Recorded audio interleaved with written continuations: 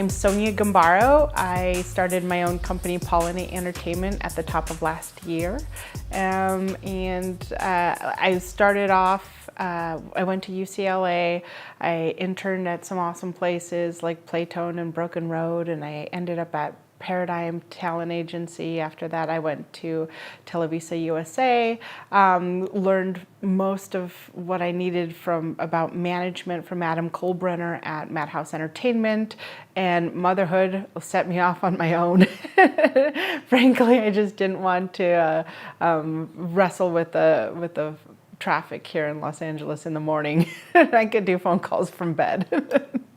My job is to plan a strategy around a talent that I've identified and figure out long-term what they want and how and what I envision for them as well, and see if we're on the same page and get them going on that path.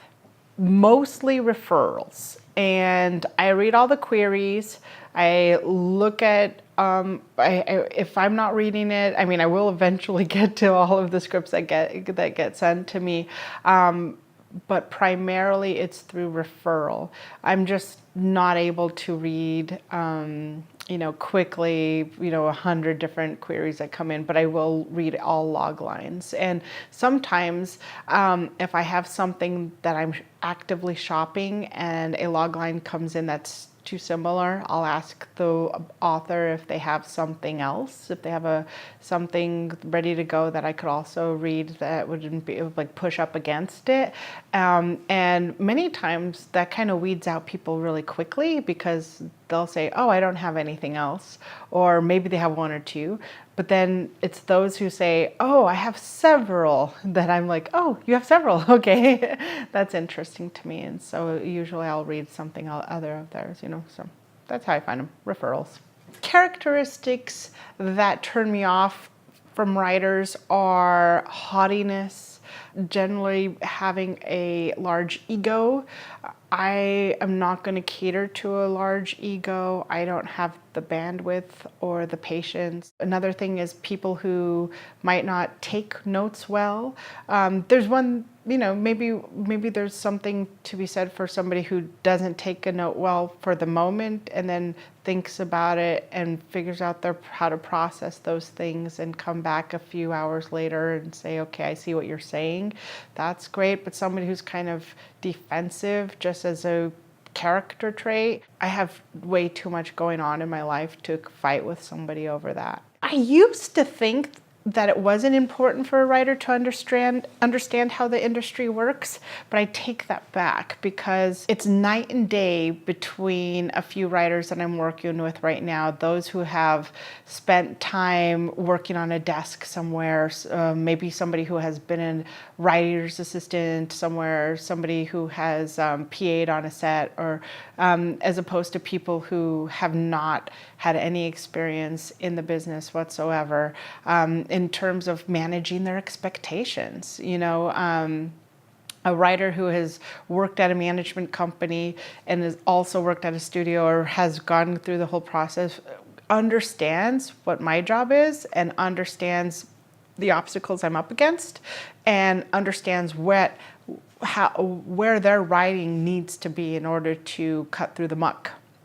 Whereas another writer who hasn't worked at all in the industry at all, or doesn't really pay attention, might say, hey, this is what I got, send it to Marty Noxon now, And I'm like, okay, like that's not how it works. Or they might get stuck on something where like, this has to go with this actor, and it's kind of interesting to see the difference between people who know the process and people who don't know the process. I'm not saying it's better, but it's a little easier for me. I don't have to do that. Eliminates 3 or 4 phone calls of explaining and managing expectations, which allows me to make outgoing phone calls to potential buyers. The TV programs are essential to many writers, way into the business, only because The cold hard truth is those who get staffed at a lower level in any of these rooms are usually the writer's assistant, the showrunner's assistant, the writer's PA. These guys are going in and being considered first many times. And then after that, then you go into friends of the showrunner. Then you go into, and that takes up many of the upper level spots. Then you go, then they consider people who are being brought in from the studio and the producers and the other people who are intimately involved in the project. What I'm trying to say is it's very difficult. So between the step of writer's assistants and close friends of the showrunner come the writing programs. They get looked at and read pretty quickly.